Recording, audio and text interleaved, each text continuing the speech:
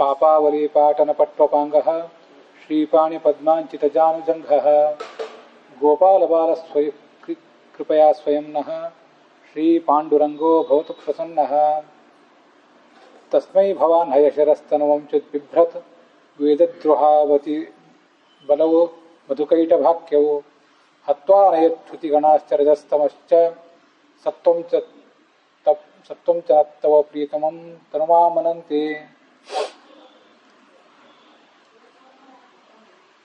ದೇಹೇಂದ್ರಿಯ ಪ್ರಾಣ ಮನೋಭಿಮಾನೋ ಜೀವೋಂತರಾತ್ಮ ಗುಣಕರ್ಮಮೂರ್ತಿ ಸೂತ್ರಂ ಮಹಾನುತ್ಯುರುದೇಹ ಗೀತಃ ಸಂಸಾರ ಆಧಾವತಿ ಕಾಲತಂತ್ರಃ ಯಸ್ವಾನುಭಾವಮಖಿಲಶ್ರುತಿಸಾರಮೇಕಂ ಅಧ್ಯಾತ್ಮದೀಪಮತಿತೀರ್ಷತಾಂ ತಮೋಂಧಂ ಸಂಸಾರಿಣಾಂ ಕರುಣಯಾಃ ಪುರಾಣಗುಹ್ಯಂ ತಂ ವ್ಯಾಸಸೂನುಮುಪಯಾಮಿ ಗುರುಂ ಮುನೀನಾಂ. ನಿಗಮಕಲ್ಪತರೋದ್ಗಲಿತಂ ಫಲಂ ಸುಖಮುಖಾಗಮತದ್ರವಸಂಯುತಂ ಪಿಬತ ಭಾಗವತಂ ಧ್ರುವಮಾಲಯಂ ಮುಹುರಹೋ ರಸಿಕಾ ಭುವಿ ಭಾವುಕಾಃ. ಶ್ರೀ ಗುರುಭ್ಯೋ ನಮಃ. ವಿಶ್ವಾವಸು ಸಂವತ್ಸರದ ಫಾಲ್ಗುಣ ಮಾಸದ ಶುಕ್ಲ ಪಕ್ಷದ ಏಕಾದಶಿ ದಿನ ಇವತ್ತು. ಭಾಗವತದ 1ನೇ ಸ್ಕಂದದ ಶ್ರವಣ ನಡೆದಿದೆ. ಅಲ್ಲಿ 16ನೇ ಅಧ್ಯಾಯ ಈಗ ನಡೆದಿರೋದು. ಪಾಂಡವರು ತಮ್ಮ ಮೊಮ್ಮಗ ಪರೀಕ್ಷಿತನನ್ನ ಸಿಂಹಾಸನದಲ್ಲಿ ಕೂಡಿಸಿದರು. ತಾವು ಇನ್ನು ಈ ಜಗತ್ತಿನ ಜಂಜಡ ಸಾಕು ಅಂತ ವಿಚಾರ ಮಾಡಿ ಸ್ವರ್ಗಾರೋಹಣ ಮಾಡಿದರು. ಅವನು ಧರ್ಮದಿಂದ ರಾಜ್ಯಭಾರ ಮಾಡಿದ. ಮತ್ತೆ ತನ್ನ ಸಾಮ್ರಾಜ್ಯದಲ್ಲಿ ಕಲಿ ಕಾಲಿಟ್ಟಿದ್ದಾನೆ ಅನ್ನೋದನ್ನು ತಿಳಿದು ಅದನ್ನು ನಿಗ್ರಹಿಸಬೇಕು ಅಂತ ಒಂದು ಕಡೆ ಹೊರಟ, ದಿಗ್ವಿಜಯ ಮಾಡಿದ. ತಸ್ಯೈವಂ ವರ್ತಮಾನಸ್ಯ ಪೂರ್ವೇಷಾಂ ವೃತ್ತಮನ್ವಹಂ ನಾತಿ ದೂರೇ ಕಿಲಾಶ್ಚರ್ಯಂ ಯದಾಸೀತ್ ತನ್ನಿಬೋಧಮೆ.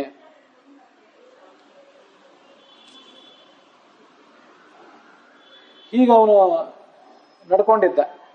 ಒಂದು ಸಂದರ್ಭದಲ್ಲಿ ಒಂದು ಆಶ್ಚರ್ಯಕರ ಘಟನೆ ಅವನ ಕಣ್ಣಿಗೆ ಬಿತ್ತು.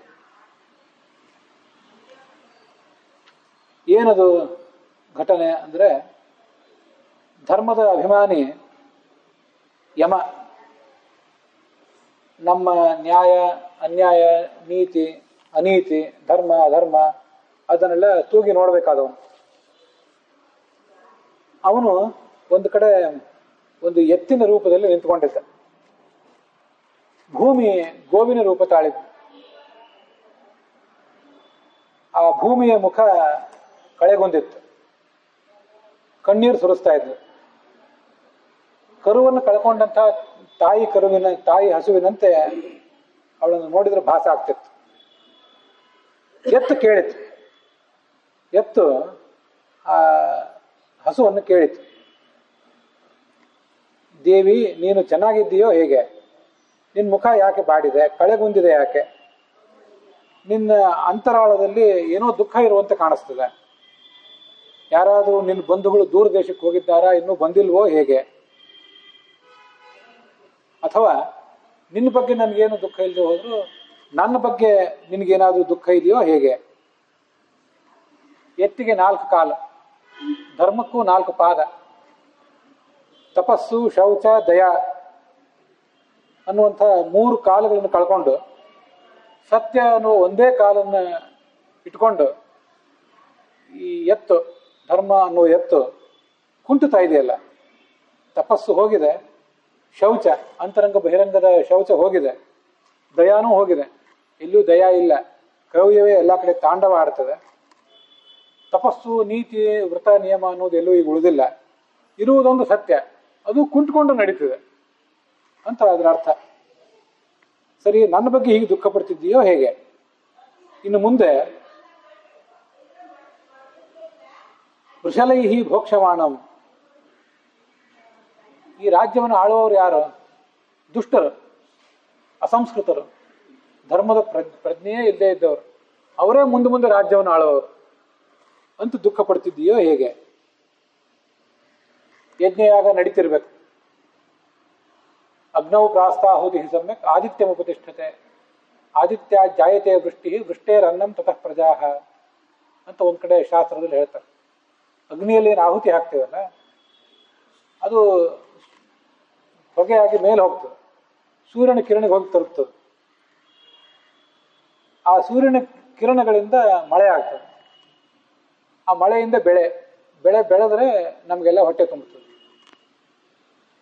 ಯಜ್ಞವೇ ನಡೀದೇ ಹೋದರೆ, ಯಜ್ಞದಲ್ಲಿ ಯಾರಿಗೂ ದೇವತೆಗಳಿಗೆ ಆಹುತಿ ಯಾರು ಕೊಡದೆ ಹೋದರೆ, ಮುಂದೆ ಮಳೆ ಬೆಳೆ ಆಗದೆ ಹೋದರೆ ಭೂಮಿಯಲ್ಲಿ ಎಲ್ಲ ಕಡೆ ಬರಗಾಲ ಬರ್ತದೆ ಅಂತೇಳಿ ಚಿಂತೆ ಮಾಡ್ತಿದ್ದೀಯೋ ಹೇಗೆ ಅಂತ ಆ ಧರ್ಮ ಅವಳನ್ನ ಕೇಳಿದೆ.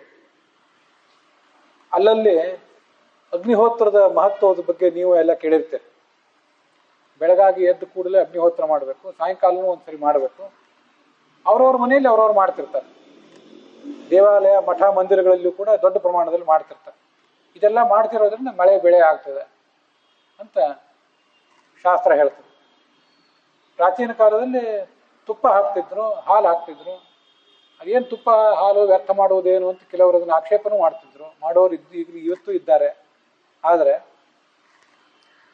ಅಗ್ನಿಹೋತ್ರ ಮಾಡಿದ್ರಿಂದ ವಾತಾವರಣ ಸ್ವಚ್ಛ ಆಗ್ತದೆ, ಮಳೆ ಬೆಳೆ ಬರ್ತದೆ ಅಂತ ಇವತ್ತಿನವರು ಕೂಡ ತಿಳ್ಕೊಂಡಿದ್ದಾರೆ. ಕೆಲವರಾದರೂ ತಿಳ್ಕೊಂಡಿದ್ದಾರೆ. ಎಲ್ಲರಿಗೂ ತಿಳುವಳಿಕೆ ಇಲ್ಲದೆ ಇರ್ಬೋದು, ಕೆಲವರಿಗಾದರೂ ಆ ತಿಳುವಳಿಕೆ ಇದೆ. ಕಲಿಯುಗದಲ್ಲಿ ಮುಂದೆ ಒಂದು ಕಾಲದಲ್ಲಿ 100 ವರ್ಷದ ಬರಗಾಲ ಬರ್ತದಂತೆ.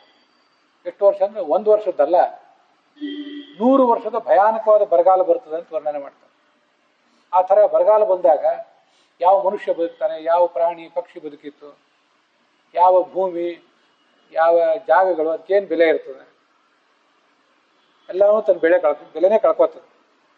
ಅದಕ್ಕೆಲ್ಲ ಬೆಲೆ ಇರೋದು ಯಾವುದಕ್ಕೆ ಅಂದರೆ ಹೊಟ್ಟೆ ತುಂಬುತ್ತದಾದ್ರಿಂದ ಉಳಿದದಕ್ಕೆಲ್ಲ ಬೆಲೆ. ಹೊಟ್ಟೆಯೇ ತುಂಬದೆ ಹೋದರೆ, ಮನುಷ್ಯನೇ ಸಾಯುವ ಪರಿಸ್ಥಿತಿ ಬಂದರೆ ಯಾವ ಭೂಮಿಗೇನು ಬೆಲೆ, ಬಂಗಾರಕ್ಕೇನು ಬೆಲೆ? ಇವತ್ತು ಏರಿದ ಬಂಗಾರದ ಬೆಲೆ, ಭೂಮಿಯ ಬೆಲೆ ಆವಾಗೆಲ್ಲ ಹೇಳಕ್ಕೆ ಹೆಸರಿಲ್ಲದಂತೆ ಕುಸಿದು ಹೋಗಿಬಿಟ್ಟಿರ್ತದೆ. ಯಾಕಂದ್ರೆ ಮನುಷ್ಯನಿಗೆ ತಿನ್ಲಿಕ್ಕೇನು ಗತಿ ಇರೋದಿಲ್ಲ. ನೀ ಯಾಕೆ ದುಃಖ ಪಡ್ತಾ ಇದ್ದೀ? ಇನ್ನು ಮುಂದೆ ಹೆಂಡಂದ್ರನ್ನ ಅವರವರು ಗಂಡಂದ್ರು ಕಾಪಾಡೋದಿಲ್ಲ ಅಂತ ದುಃಖ ಪಡ್ತಿದ್ದೀಯೇನು? ಇಲ್ಲಿವರೆಗೆ ಗಂಡಂದ್ರ ಜವಾಬ್ದಾರಿ ಏನು? ಗಂಡಂದ್ರಿಗೆ ಪತಿ ಅಂತ ಕರೀತಾರೆ, ಹೆಂಡತಿಗೆ ಪತ್ನಿ ಅಂತ ಕರೀತಾರೆ. ಯಾಕೆ ಪತಿ ಅಂತ ಕರೀತಾರೆ, ಯಾಕೆ ಪತ್ನಿ ಅಂತ ಕರೀತಾರೆ ಅಂದ್ರೆ, ಪತಿ ಅಂದ್ರೆ ಪಾಲನೆ ಮಾಡುವ ಅಂತ ಅರ್ಥ. ಪತ್ನಿ ಅಂತ ಯಾಕೆ ಕರೀತಾರೆ ಹೆಂಡತಿಗೆ ಅಂದ್ರೆ, ಗಂಡ ಹೆಂಡತಿ ಇಬ್ರು ಸೇರಿ ಯಜ್ಞ ಮಾಡಬೇಕು. ಯಜ್ಞ ಮಾಡಿದಾಗ ಅವಳನ್ನು ಪತ್ನಿ ಅಂತ ಕರೀತಾರೆ. ಯಾವ ಹೆಂಡತಿ ತನ್ನ ಗಂಡನ ಜೊತೆ ಸೇರಿ ಜೀವನ ಯಜ್ಞ ನಡೆಸ್ತಾಳಲ್ಲ, ಅವಳನ್ನು ಪತ್ನಿ ಅಂತಾರೆ. ಅವಳು ಜೀವನ ಯಜ್ಞದಲ್ಲಿ ಪಾಲ್ಗೊಳ್ಳದೆ ಹೋದರೆ ಅವಳನ್ನು ಕೇವಲ ಭಾರ್ಯ, ಈ ಬೇರೆ ಶಬ್ದದಿಂದ ಹೇಳ್ತಾರಷ್ಟೆ. ಬಾಲಕರನ್ನು, ಚಿಕ್ಕ ಮಕ್ಕಳನ್ನ ಯಾರು ಕಾಪಾಡಬೇಕು? ತಂದೆ ತಾಯಿ ಕಾಪಾಡಬೇಕು, ಅಜ್ಜ ಅಜ್ಜಿ ಕಾಪಾಡಬೇಕು. ಅವರು ಕೂಡ ಕೈ ಬಿಟ್ರೆ ಆ ಮಕ್ಕಳನ್ನು ಕಾಪಾಡೋರು ಯಾರು? ಮಕ್ಕಳ ಯೋಗಕ್ಷೇಮದ ಹೊಣೆ ಹೊರುವವರು ಯಾರು? ಆ ತಂದೆ ತಾಯಂದಿರು ಕೂಡ ರಾಕ್ಷಸರಂತೆ ವರ್ತಿಸಿಬಿಡ್ತಾರೆ ಅಂತ ನಿಮ್ಗೆ ಭಯ ಇದೆಯಾ? ಯಾರು ಶಾಸ್ತ್ರ, ಪುರಾಣ, ರಾಮಾಯಣ, ಮಹಾಭಾರತ, ಭಾಗವತ ಇದನ್ಯಾರು ಕೇಳುವವರು ಇಲ್ಲದಂತೆ ಆಗಿಬಿಡ್ತದೆ ಅಂತ ಭಯ ಇದೆಯೇನು? ಕೃಷಿ ಮಾಡುವವರು ಕೃಷಿ ಮಾಡ್ತಿಲ್ಲ, ಶಾಸ್ತ್ರ ಹೇಳಬೇಕಾದವರು ಶಾಸ್ತ್ರ ಹೇಳ್ತಿಲ್ಲ ಅಂತ ಭಯನು? ಕ್ಷತ್ರಿಯರಾದವರು, ರಾಜರಾದವರು ಏನು ಮಾಡಬೇಕು? ಭೂಮಿ ಆಳ್ಬೇಕು, ರಾಜ್ಯ ಭಾರದ ಹೊಣೆ ಹೊರಬೇಕು. ಇವರೆಲ್ಲರೂ ತಮ್ಮ ತಮ್ಮ ಕೆಲಸದ ಜವಾಬ್ದಾರಿಯನ್ನೇ ಮಾಡ್ತಾರೆ. ಎಲ್ಲವೂ ಕೂಡ ಹಾಳಾಗಿ ಹೋಗ್ತದೆ. ಅದಕ್ಕಾಗಿ ಭಯ ಪಡ್ತಿದೆಯೋ ಹೇಗೆ? ಕ್ಷತ್ರಿಯರೆಲ್ಲ ಕಲಿ ಪ್ರಭಾವಕ್ಕೆ ಒಳಗಾಗಿ ರಾಜ್ಯವನ್ನು ಹಾಳು ಮಾಡ್ತಾರೆ ಅಂತ ಭಯ ನಿಮಗಿದೆಯಾ? ಜನ ದುಡಿಯುವುದನ್ನು ಬಿಟ್ಟು ಎಲ್ಲ ಕಡೆ ಮದ್ಯಪಾನ ಮತ್ತೆ ಉಣ್ಣುವುದು, ತಿನ್ನುವುದು, ಹೆಂಡು ಗಣ್ಣುಗಳ ಮಿಲನ, ಇದ್ರ ಬಗ್ಗೆ ತೊಡಗಿ ಬಿಡ್ತಾರೆ. ಧರ್ಮಾಚರಣೆ ಮಾಡುವವರು ಇಲ್ಲ ಅಂತ ಭಯನ? ಅಥವಾ ಈಗ ತಾನೇ ಕೆಲವು ಕಾಲದ ಹಿಂದೆ ಕೃಷ್ಣ ಈ ಜಗತ್ತನ್ನು ಬಿಟ್ಟು ಹೋದ, ಅದಕ್ಕೆ ಚಿಂತೆ. ಅವನಿದ್ದಾಗ ಭೂಮಿ ಭಾರ ಪರಿಹಾರ ಮಾಡಿದ, ಈಗ ಅಂತರ್ಧ ಹಿತ ಆಗಿದ್ದಾನೆ. ಅವನನ್ನು ಕಳ್ಕೊಂಡೆ ಅಂತ ದುಃಖ ಪಡ್ತಿದ್ದೀಯೋ ಹೇಗೆ? ಏನಾಯ್ತು ಅನ್ನೋದನ್ನ ಹೇಳು.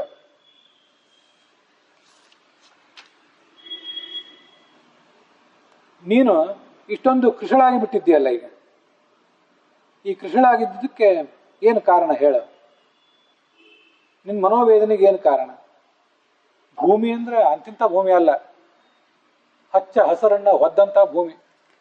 ದೇವತೆಗಳು ಕೂಡ ಈ ಭೂಮಿಯ ಸೊಬಗು, ಭೂಮಿಯ ಐಶ್ವರ್ಯ ನೋಡಿ ಸಂತೋಷ ಪಡ್ಬೇಕು. ಅಂಥದ್ದೆಲ್ಲ ಹೋಯಿತು ಅಂತ ದುಃಖ ಪಡ್ತಿದ್ದೀಯಾ? ಕಾಲ ಎಲ್ಲವನ್ನು ಕಬಳಿಸಿತು ಅಂತ ದುಃಖ ಪಡ್ತಿದ್ದೀಯೋ ಹೇಗೆ? ಅದಕ್ಕೆ ಅವಳು ಉತ್ತರ ಕೊಟ್ಲು, ನೀನೇನು ಹೇಳಿದ್ದಿ, ಏನೇನು ಕೇಳಿದ್ದೀಯಲ್ಲ ಅದಕ್ಕೆಲ್ಲ ಉತ್ತರ ಏನು ಅಂತ ನಿನಗೆ ಗೊತ್ತಿದೆ. ಎಲ್ಲವೂ ಹಾಗಾಗಿರೋದು ಹೌದು. ಧರ್ಮ ಪಲ್ಲಟ ಆಗಿ ಅಧರ್ಮ ಕಾಲಿಡ್ತಿರೋದು ಹೌದು. ಇಲ್ಲಿಯವರೆಗೆ 4 ಕಾಲುಗಳಿಂದ ನೀನು ನಡೀತಾ ಇದ್ದಿ. ಕೃತಯುಗದಲ್ಲಿ 4, ತ್ರೇತಾಯುಗದಲ್ಲಿ 3, ದ್ವಾಪರ ಯುಗದಲ್ಲಿ 2, ಹೀಗೆ ನಡೀತಾ ಇದ್ದಿ. ಇದೆಲ್ಲ ಆ ಭಗವಂತನ ಅನುಗ್ರಹದಿಂದ. ಸುಖ, ನಿರ್ಮಲತೆ, ದಯೆ, ಮತ್ತೆ ಅವೆಲ್ಲ ಭಗವಂತನ ಕೆಲವು ಗುಣಗಳು. ಎಂಥ ಗುಣಗಳು? ಜೀವರಿಗೆ ಏನು ಕೊಡಬೇಕೋ ಅದನ್ನು ಕೊಡೋದು. ಇಂದ್ರಿಯಗಳ ಮೇಲೆ ಹತೋಟಿ, ಇನ್ನೊಬ್ಬರನ್ನ ಶತ್ರುಗಳನ್ನು ಸೋಲಿಸುವ ಶಕ್ತಿ, ಇವೆಲ್ಲ ಆ ಭಗವಂತನ ಅಸಾಧಾರಣ ಗುಣಗಳು. ಆ ಗುಣಗಳನ್ನು ನೆನೆದರೆ ಜೀವರಿಗೂ ಕೂಡ ಮುಕ್ತಿ ಆಗೋದು ಆ ಗುಣಗಳನ್ನು ನೆನೆದಾಗ. ಇಂಥ ಗುಣನಿಧಿಯಾದಂತಹ ಭಗವಂತ ಈ ಲೋಕವನ್ನು ಬಿಟ್ಟು ಹೋದ, ನಿನ್ನನ್ನೂ ಬಿಟ್ಟು ಹೋದ. ಅವನಿಲ್ಲ ಈಗ. ಈಗ ಎಲ್ಲ ಕಡೆಯೂ ಕೂಡ ಕಲಿಯ ದೃಷ್ಟಿ. ಕಲಿ ಏನೇನನ್ನು ನೋಡ್ತಿದ್ದಾನೆ? ದೇವಾಲಯಗಳು, ದೇವತೆಗಳು, ಸಾಧುಗಳು, ಸತ್ಪುರುಷರು, ಅವರ ಮೇಲೆ ಕಲಿಯ ಕೆಂಗಣ್ಣು. ಅದಕ್ಕೆ ನಾನು ದುಃಖ ಪಡ್ತಿದ್ದೇನೆ ಅಂದ್ಲವಳು.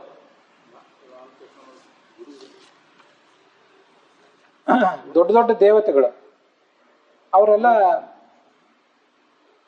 ಮಹಾಲಕ್ಷ್ಮಿಯ ಅನುಗ್ರಹ ಬೇಕು ಅಂತಂದ್ರೆ ಅವಳ ಪತಿಯಾದಂತಹ ನಾರಾಯಣನ ಉಪಾಸನೆ ಮಾಡ್ತಿದ್ರು.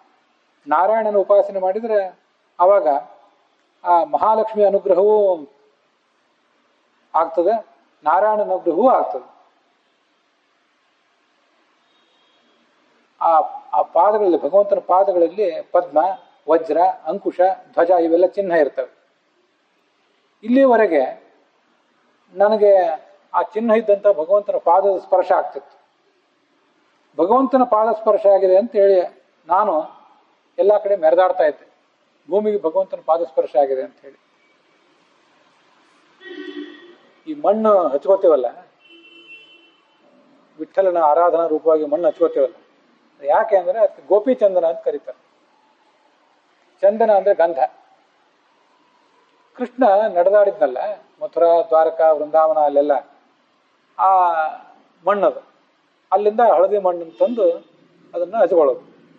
ವಿಠಲನ ಆರಾಧಕರು ಆ ಥರ ಹಚ್ಕೊಳ್ಳೋದು ಪದ್ಧತಿ. ಅದನ್ನ ನೆನಪು ಮಾಡಿದೆ ಅಷ್ಟೆ.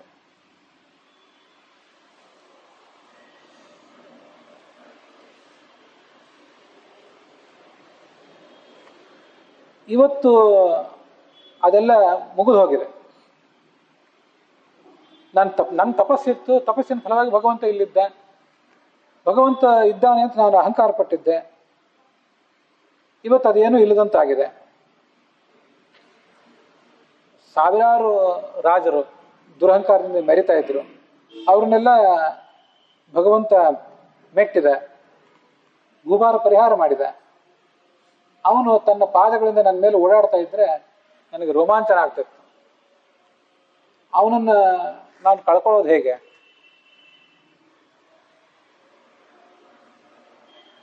ಅಂತ ಹೀಗೆ ಅದು ಭೂಮಿ ಮತ್ತು ಧರ್ಮ ಇವರಿಬ್ಬರು ಕೂಡ ಮಾತಾಡ್ತಿದ್ರು. ಹಾಗೆ ಮಾತಾಡ್ತಾ ಇರುವಾಗ ಪರೀಕ್ಷಿತ ಅಲ್ಲಿಗೆ ಬಂದ, ಸರಸ್ವತಿ ನದಿಯ ತೀರಕ್ಕೆ ಬಂದ. ಅಲ್ಲಿಗೆ 16ನೇ ಅಧ್ಯಾಯ ಮುಕ್ತಾಯ ಕಾಣ್ತದೆ.